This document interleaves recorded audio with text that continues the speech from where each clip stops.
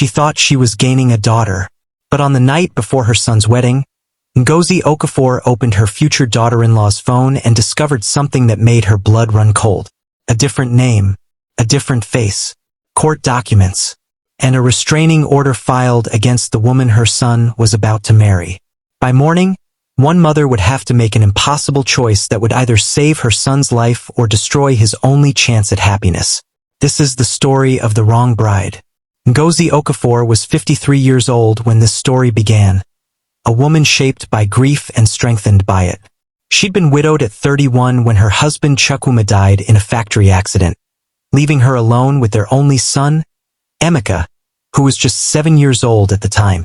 Ngozi worked 2 jobs for 16 years, cleaning offices at night and managing a small bookstore during the day, saving every penny to send Emeka to college. She never remarried. She poured everything into her son, raising him with a single unshakable belief that honor will protect a man longer than strength.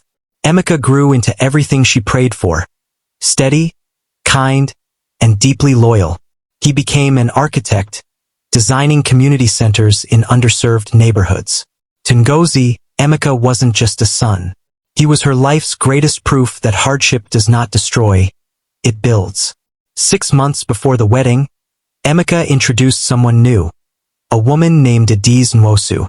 She was beautiful in a quiet way, elegant in a manner Ngozi didn't quite understand. Charming, yes, but something in her eyes felt unfinished, like a story with missing chapters. Adiz said she'd grown up in foster care, that she had no family to invite to the wedding. Ngozi tried to be understanding, tried to trust her son's judgment, but still something tugged at her spirit. A mother's instinct, perhaps, or maybe just fear. Families merged. Plans were made. Dresses were chosen. Yet one thing stood out. Adiz avoided talking about her past, her childhood, her family. Even her name felt like a coat she wore lightly. But love blinds the eyes, even a mother's. The rehearsal dinner was scheduled for Friday night at a lakeside restaurant, intimate and warm with 30 guests. Ngozi had helped choose the flowers, white roses and lavender, Adiz's favorites, or so she said. Everything seemed perfect. Everything seemed right. And that's when Ngozi's world shattered. Before we go deeper, let us know in the comments where you're watching from. We'd love to hear from you. And if you're new here, click on the subscribe button so you never miss any of our upcoming videos. The rehearsal dinner was loud with laughter, wine glasses clinking, flash photography lighting up the dim restaurant. Ngozi excused herself to retrieve her forgotten purse from the bridal suite upstairs, a small room where Adiz had changed earlier. Inside, the air smelled faintly of perfume and hairspray. Ngozi reached for her purse on the chair when she heard a phone buzzing on the dresser. Adiz's purse was open. The screen glowed. A message flashed. "Chioma, you promised you'd call. The investigation isn't over." Ngozi froze. Chioma? Not Adiz? Her hands trembled as she picked up the phone. Another message appeared. "Your husband is asking about you again." Ngozi's heart pounded so hard she could hear it in her ears. Husband? She scrolled, unable to stop herself now. Files, mugshots, court documents downloaded in a folder labeled personal legal. A different face stared back at her from a police photo. Sharper features, harder eyes, a different name. Chioma Okonkwo, charged with fraud. Wanted for questioning in a disappearance case involving a business partner. Still legally married. And then Ngozi saw something that made her knees buckle. A restraining order, filed 6 months ago, against Chioma Okonkwo, by Emeka Chukwuma Okafor, her son. Ngozi stumbled back, gripping the edge of the dresser. Her vision blurred. Her son had filed a restraining order against the woman he was about to marry? That made no sense. Unless Emeka already knew. Unless he'd known everything from the beginning. Ngozi heard footsteps in the hallway. She quickly put the phone down, grabbed her purse, and slipped out of the room, her mind racing, her chest tight. Downstairs, the party continued. Adiz, or Chioma, laughed at something Emeka's cousin said. Emeka smiled, his arm around her waist. Ngozi watched them from the doorway, her son and this stranger, and felt a wave of nausea. Should she confront him here? Should she pull him aside? What if she was wrong? But the documents didn't lie. That night, after the guests left, Ngozi waited in her car outside Emeka's apartment. She couldn't go home. She couldn't breathe. At midnight, Emeka came out to take the trash to the dumpster. Ngozi stepped out of her car. Emeka jumped, startled. "Mama, what are you doing here?" Ngozi's voice cracked. "Who is she? Emeka? And why did I find court papers with her real name?" Emeka's face went pale. He looked around, as if checking to see if anyone was watching. "Come inside, please." Inside the small apartment, Ngozi sat on the couch, trembling. Emeka paced back and forth, running his hands through his hair. Finally, he broke. Tears filled his eyes. Exhaustion etched into every line of his face. "I know everything, Mama. I've known from the beginning." Ngozi felt her chest tighten. "Then why? Why are you marrying her?" Emeka sat down, his head in his hands. "Because she's not who you think she is. And I'm not the man you think I am," he explained, slowly, painfully. Adiz, whose real name was Chioma, had run from a violent, manipulative husband 3 years ago. The man was wealthy, connected, and dangerous. He controlled her through fear, through money, through legal intimidation. When she finally tried to leave him, he used his influence to make her life hell. The fraud charges? A setup. He'd forged documents in her name, framing her for embezzling money from a business they co-owned. The investigation? A lie crafted by his lawyers to keep her on the run, to make sure she could never settle anywhere, could never feel safe. She changed her identity to survive, Emeka said, his voice breaking. "She's been running for 3 years. And when I met her, she was so tired, Mama. So broken." Ngozi's hands shook. "And the restraining order? Why did you file it against her?" Emeka looked at her, tears streaming down his face. "I didn't. She filed it. To protect me." Ngozi blinked, confused. "Protect you? From what?" "From him. Chioma's ex-husband found out about me 6 months ago. He threatened to hurt me, to destroy my career, to make sure I lost everything if she didn't come back to him. So Chioma filed a restraining order against herself in my name to create a legal paper trail that would make it look like I wanted nothing to do with her. She thought if she could prove she was dangerous to me, he'd leave me alone." Ngozi felt tears sting her eyes. "And did it work?" "No. He's still looking for her. He's been tracking her for 3 years. And tomorrow at the wedding she thinks he might show up. That's why we moved the venue last minute. That's why there's extra security. That's why half the guest list was cut." Ngozi stared at her son. This man she thought she knew. "Why didn't you tell me?" "Because I knew you'd try to stop me. And I couldn't let you do that. I love her, Mama. I love her more than I've ever loved anyone. And if I don't marry her tomorrow, she'll run again. She'll disappear. And I'll never see her again." Ngozi's mind raced. This was madness. This was dangerous. But as she looked at her son, she saw something she hadn't seen in years. Hope. Just then, the apartment door opened. Adiz, or Chioma, stood in the doorway, rain-soaked, her mascara running. She froze when she saw Ngozi. "I'm sorry," she whispered. "I didn't want your son to love me. But he did. And for the first time in 3 years I felt safe."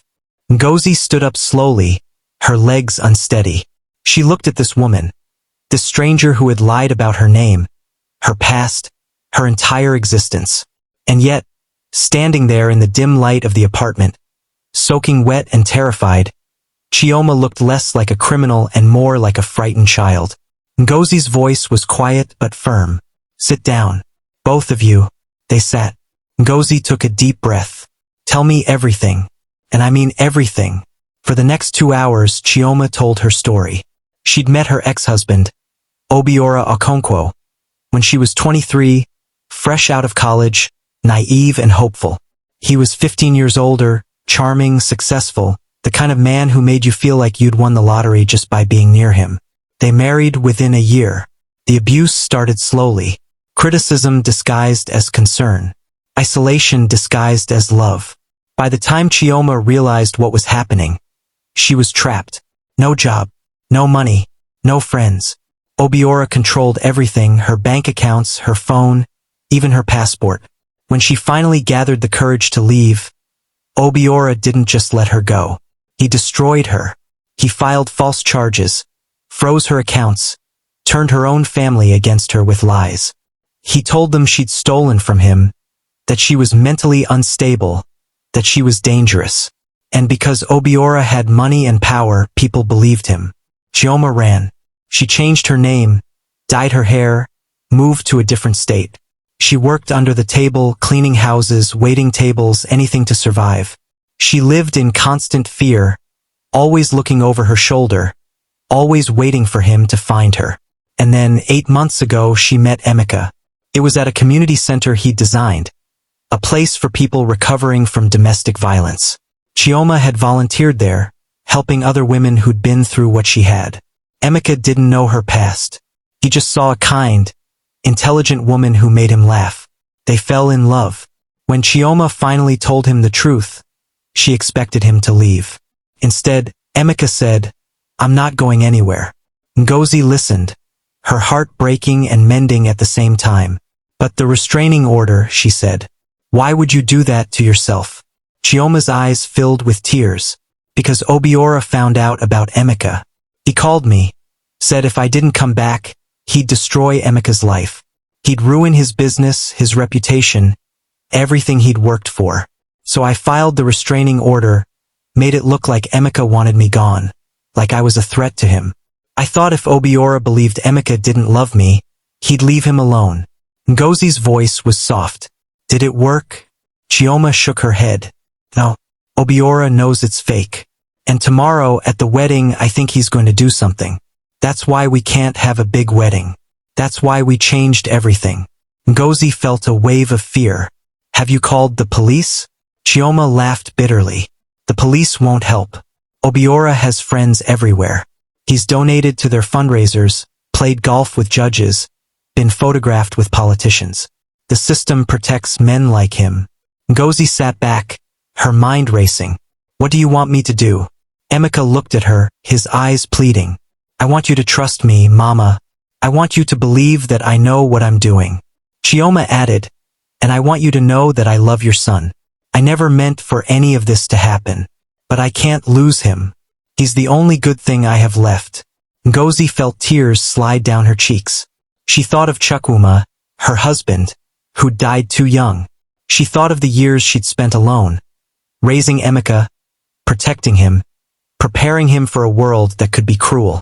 And now her son was asking her to trust him with the most important decision of his life. "I need time," Ngozi said finally. "I need to think." The next morning, Ngozi woke up before dawn, her mind still spinning. She made coffee, sat at her kitchen table, and stared at the wedding invitation on the counter. In 6 hours, her son would marry a woman who was being hunted by a dangerous man. Or the wedding would be called off, and Emeka would lose the love of his life. Ngozi knew she couldn't make this decision alone. She needed answers. Real answers.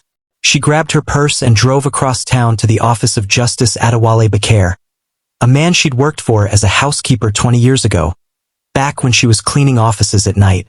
Justice Bakare had retired 5 years ago, but Ngozi knew he still kept files, still had connections. If anyone could help her, it was him. She knocked on his door at 7 in the morning. Justice Bakare opened it, surprised. "Ngozi? What's wrong?" Ngozi told him everything. The documents, the restraining order, Chioma's story, Obiora Okonkwo's threats. Justice Bakare listened carefully, his face growing darker with every word.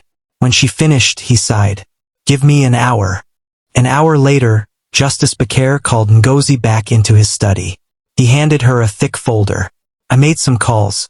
You were right to come to me." Ngozi opened the folder. Inside were legal documents, police reports, and affidavits. Her hands shook as she read. Obiora Okonkwo was not just abusive. He was a predator.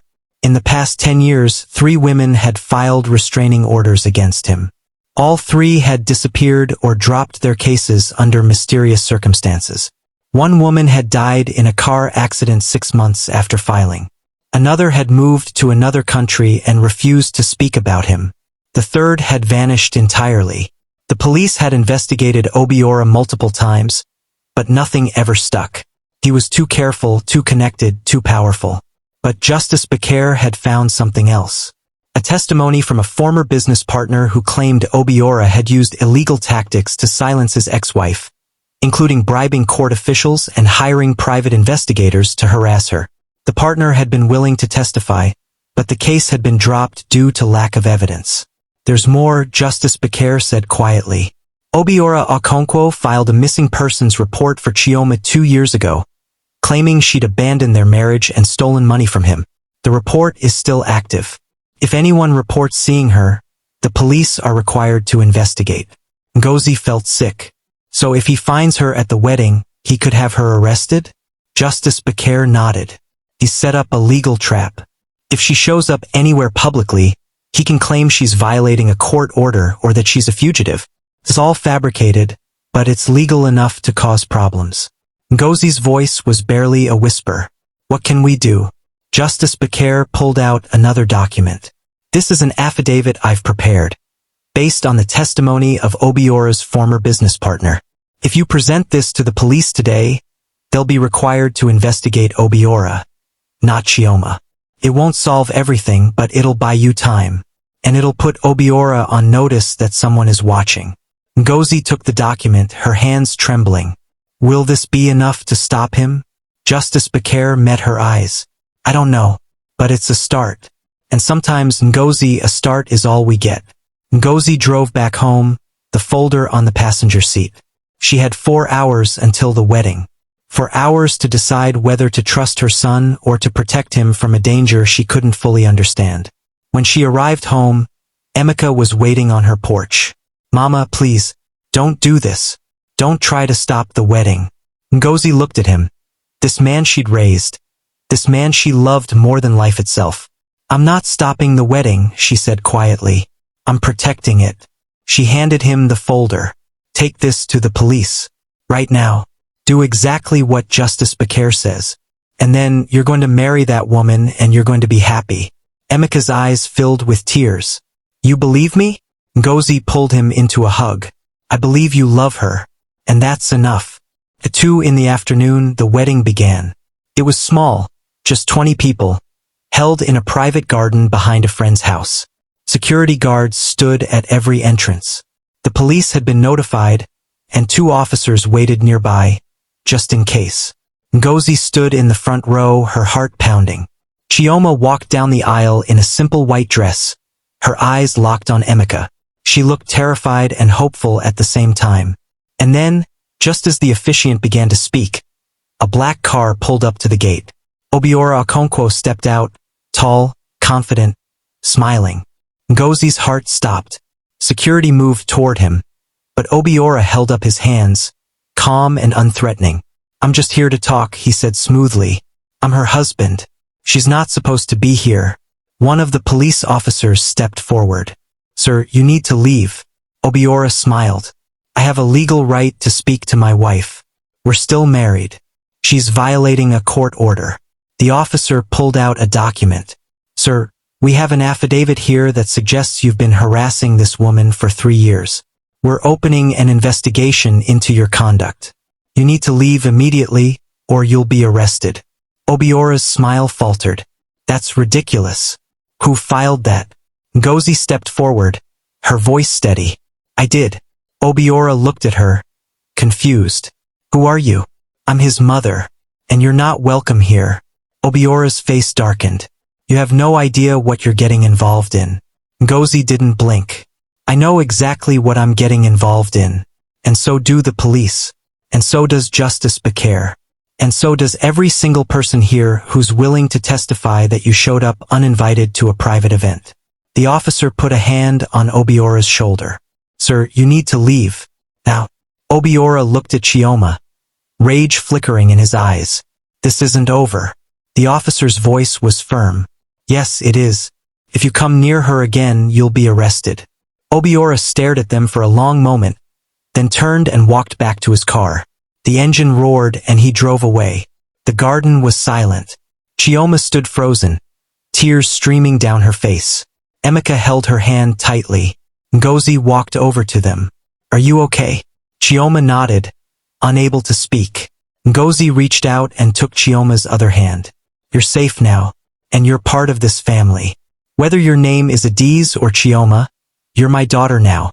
Chioma broke down, sobbing, and Ngozi pulled her into a hug. The wedding continued. It wasn't perfect. It wasn't grand. But it was real.